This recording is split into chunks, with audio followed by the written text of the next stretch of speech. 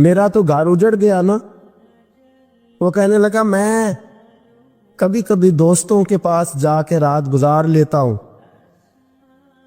اور میں اپنے دل کو سکون لے لیتا ہوں, لیکن اس کی ماں اس کے جوتے سینے سے لگائے پھرتی ہے, اس کی اماں اس کے پرانے کپڑے لے کے سینے سے لگائے پھرتی ہے. کہنے لگا حضرت جی کوئی کوشش کرو, کوئی دعا کرو کہ اللہ مہربانیاں کرے. میں کہہ تو نہیں سکا ان سے, لیکن میرے دل میں خیال آیا کہ کس نے کہا تھا کہ بچہ یونیورسٹی میں کو ایجوکیشن میں داخل کراؤ, کس نے کہا تھا کہ اس کے ہاتھ میں آگ کا انگارہ دو.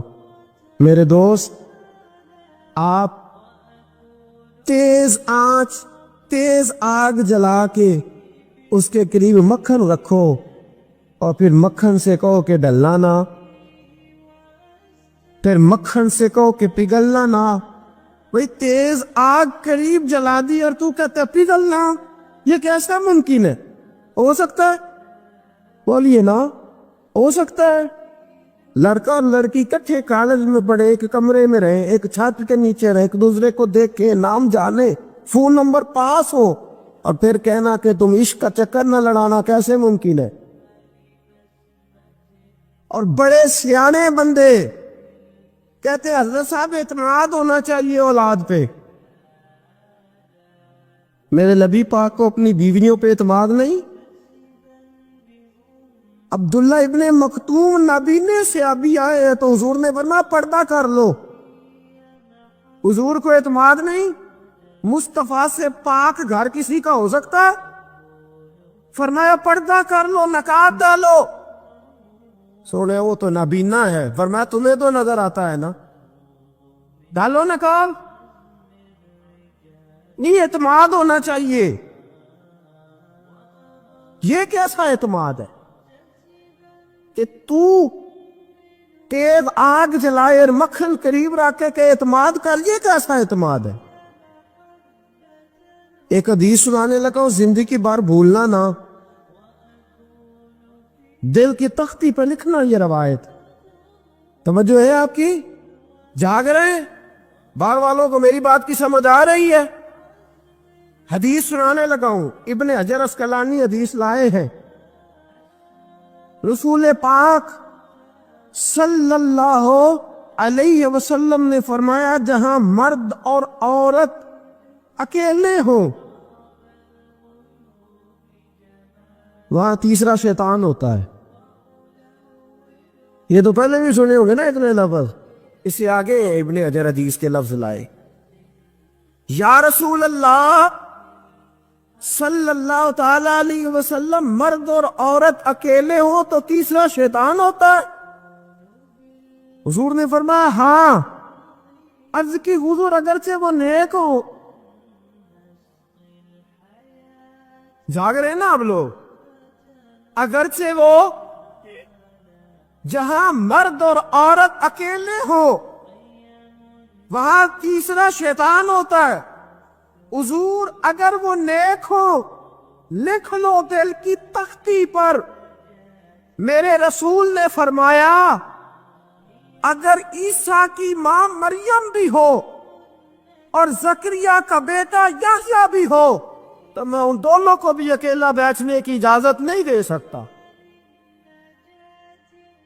فرمایا عیسیٰ کی ماں مریم جو رہی مسجد میں, پلی مسجد میں, جس کی پاکیزگی کا اعلان قرآن کر رہا ہے, عیسیٰ کی ماں مریم.